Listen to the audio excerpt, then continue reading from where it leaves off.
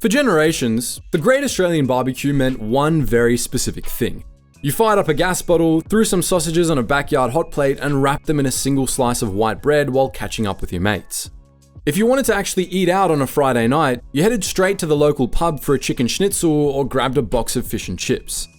But if you walk down the main dining strip of almost any major Australian city today, that classic weekend routine has been completely hijacked by a brand new sensory experience. The familiar smell of deep-fried pub food is being entirely swallowed by the thick, sweet smoke of rendering Wagyu beef and caramelized soy sauce. The streets are echoing with the clatter of stainless steel tongs hitting hot grills, backed by the massive hum of industrial exhaust fans working in absolute overdrive. Australians have developed a massive, undeniable obsession with Korean barbecue, and it's fundamentally rewriting the rules of the national hospitality industry. Over the last few years, this dining format has exploded from a handful of suburban hotspots into a mainstream commercial juggernaut. We're talking about multi-million-dollar restaurant fit-outs aggressively taking over prime real estate, generating so much incredible foot traffic that local governments are literally rezoning entire city blocks just to handle the crowds. This is the story of how Korean barbecue took over the Australian dining market. The absolute genius behind the Korean barbecue boom is most obvious when you compare it to the fragile ecosystem it disrupted. Running a standard full-service restaurant in Australia has always been an incredibly brutal way to make a living. Owners are constantly fighting a war of attrition against some of the highest hospitality wage costs in the world, soaring commercial rents, and wildly unpredictable ingredient prices. For decades, the traditional dining model has relied on a strictly linear and highly stressful process. A customer sits down, reads the menu, places their order, and then a team of cooks and chefs prepare them from behind closed doors. And usually, there's more than one customer, so the team has to handle different orders and manage different aspects to different dishes, ensuring each and every one of them is perfect when they reach the customer. This traditional system has a massive, unavoidable bottleneck. A kitchen can only output a very specific number of complex meals per hour, which places a hard ceiling on a restaurant's potential profitability. The entire operation is balanced on a knife's edge, relying so heavily on specialized back-of-house labor that a single chef calling in sick on a busy Friday night can throw the entire service into total chaos. Compound this operational stress with a tight economy, and you face a consumer base that's increasingly hesitant to spend big money on a passive dining experience. The Korean barbecue model completely rewrites the rulebook, executing a brilliant pivot that solves the labor crisis overnight.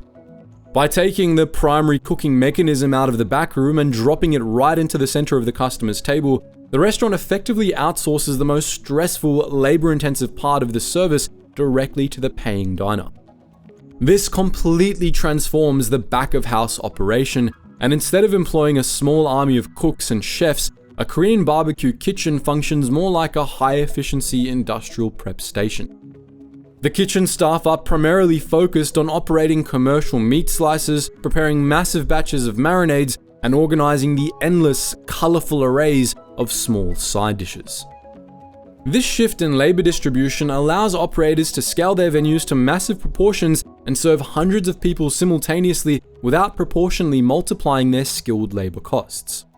And the brilliant part is that the customers gladly pay for the privilege of cooking their own food because the process itself is deeply engaging. The brilliant economics of tabletop grilling might explain the profit margins, but the massive lines wrapping around the block are actually the result of a highly calculated geopolitical strategy. Decades ago, the South Korean government began aggressively treating its entertainment industry as a form of global soft power, actively exporting its culture as a premium commodity through a phenomenon universally known as Hallyu, or the Korean wave.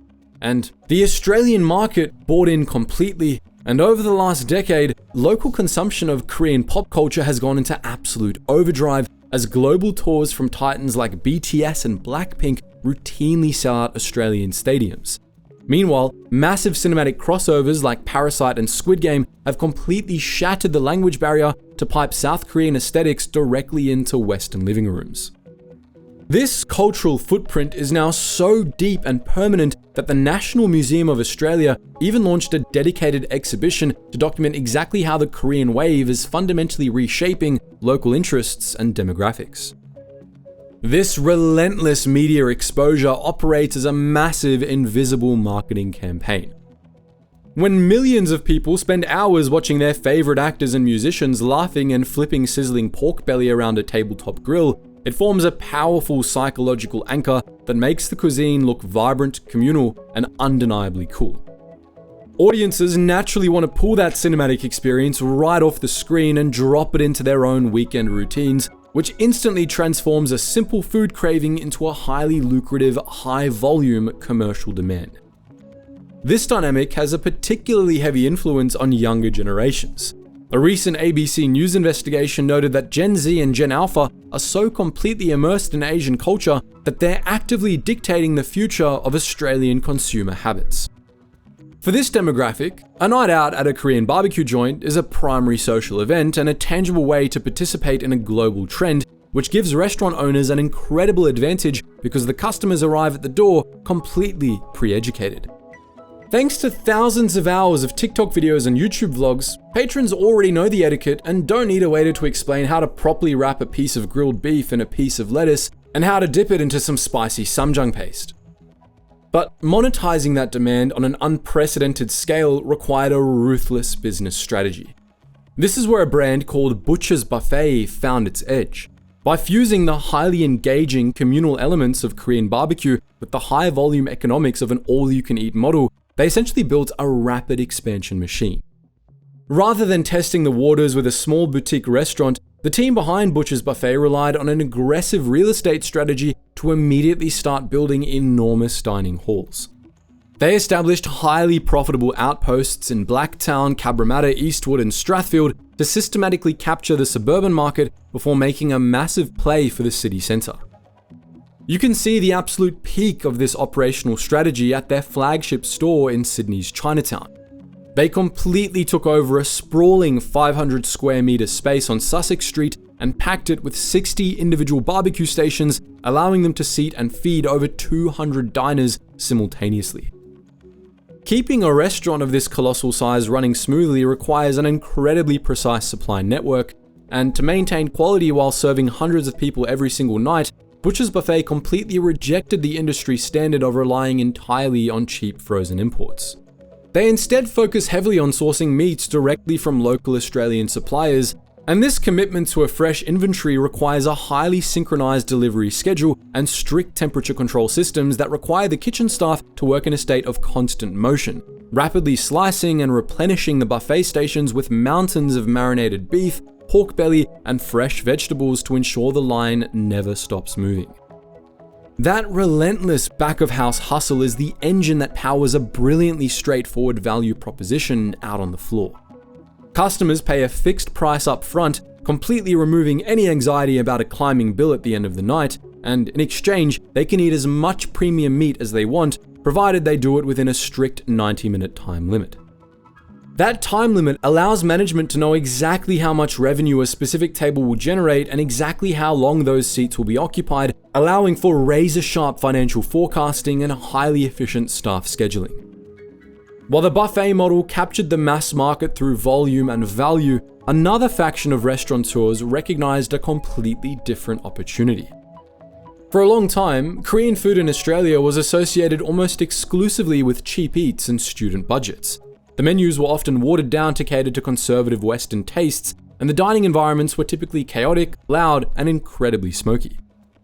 But a new wave of chefs decided to completely flip that narrative, betting that local diners were finally ready to pay for a premium, high-margin Korean dining experience. David Bay is a prime example of this upscale shift. Growing up in the hospitality industry, Bay has a deep personal connection to the evolution of Korean food in Australia.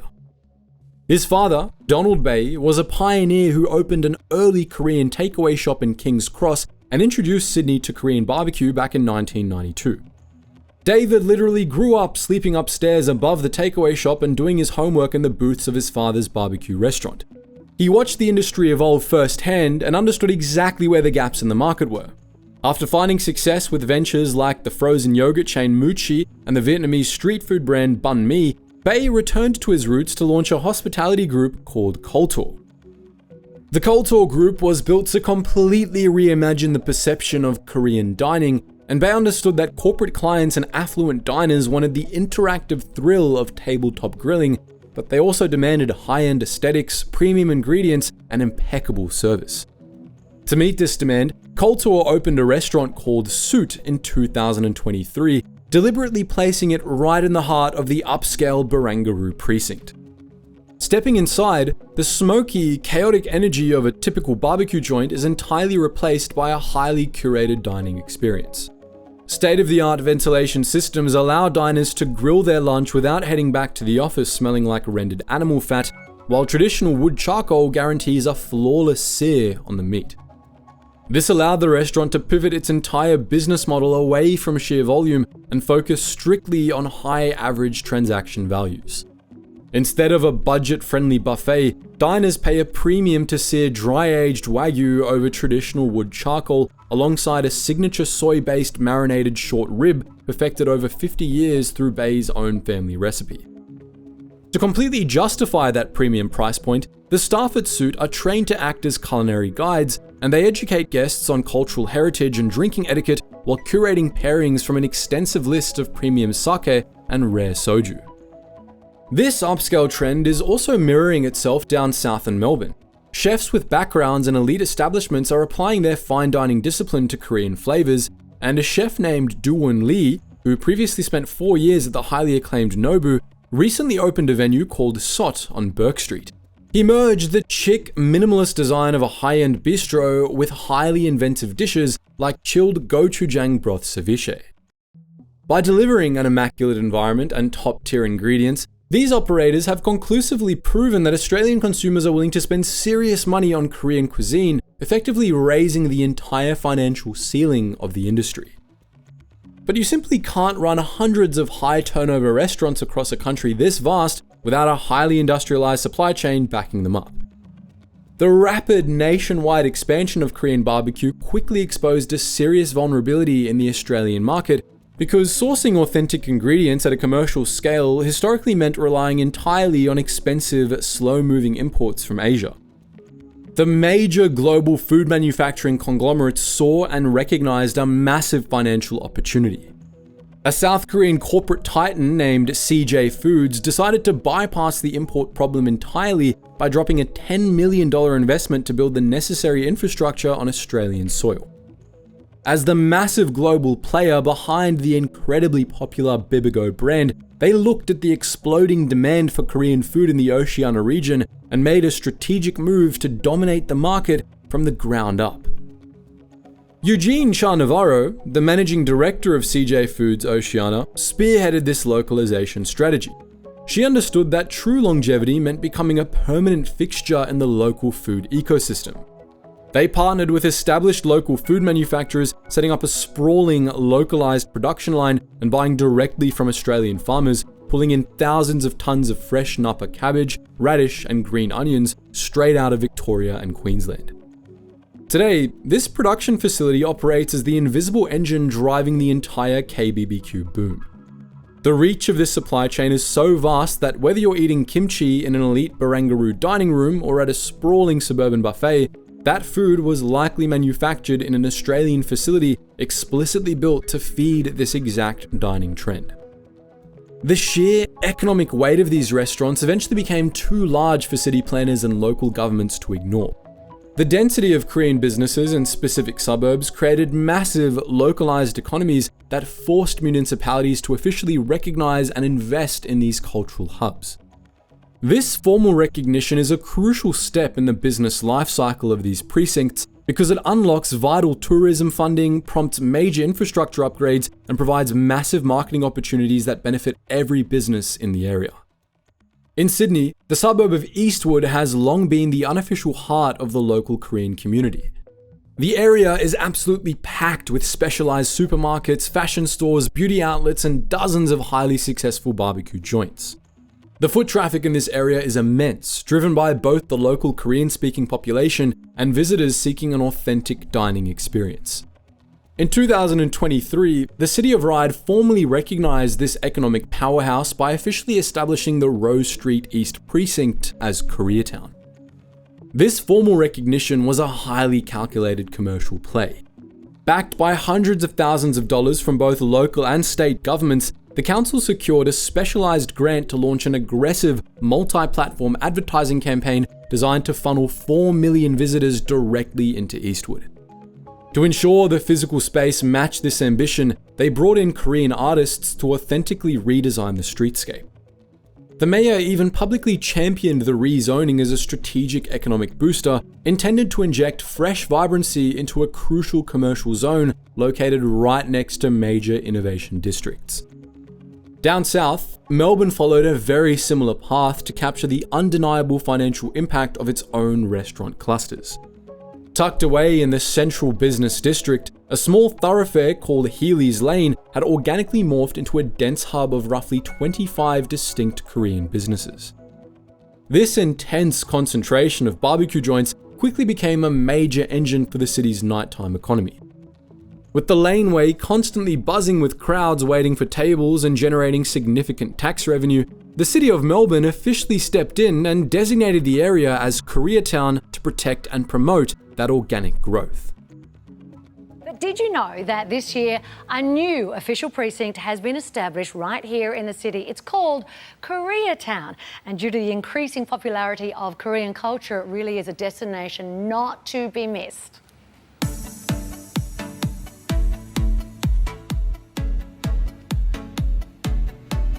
Before September, this area was affectionately known as Kimchi Street or Kimchi Lane, but in September of this year, the City of Melbourne designated this area as Koreatown.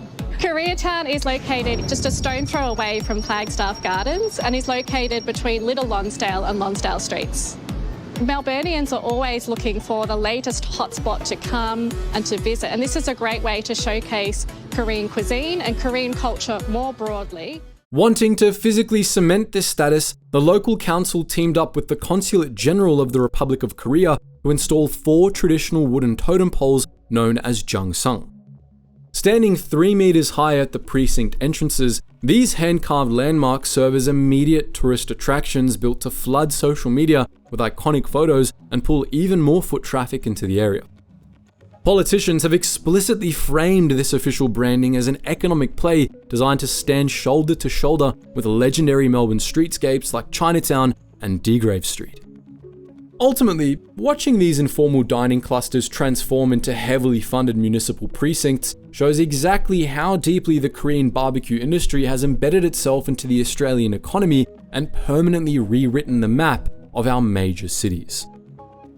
The rise of this industry is a total masterclass in market adaptation, and it represents a perfect storm where global cultural influence collided with highly efficient local business execution. The entrepreneurs behind these diverse brands realized that modern diners craved an immersive experience, so they completely industrialized a traditional communal meal to fit the Australian landscape. High turnover brands aggressively captured the suburban market, upscale operators targeted prime real estate to win over corporate clients, and manufacturing giants built the domestic infrastructure required to keep the entire machine running sustainably. The new Friday night standard involves a searing hot grill, a pair of sharp scissors, and premium raw meat, proving that Korean barbecue in Australia isn't going anywhere anytime soon. But what do you think? We'd love to hear your thoughts on this massive shift in our dining culture. Are you a regular at your local K-BBQ spot, or do you still prefer the classic Aussie pub experience? Let us know all your thoughts in the comments section below, and thank you guys so much for watching, and stay curious.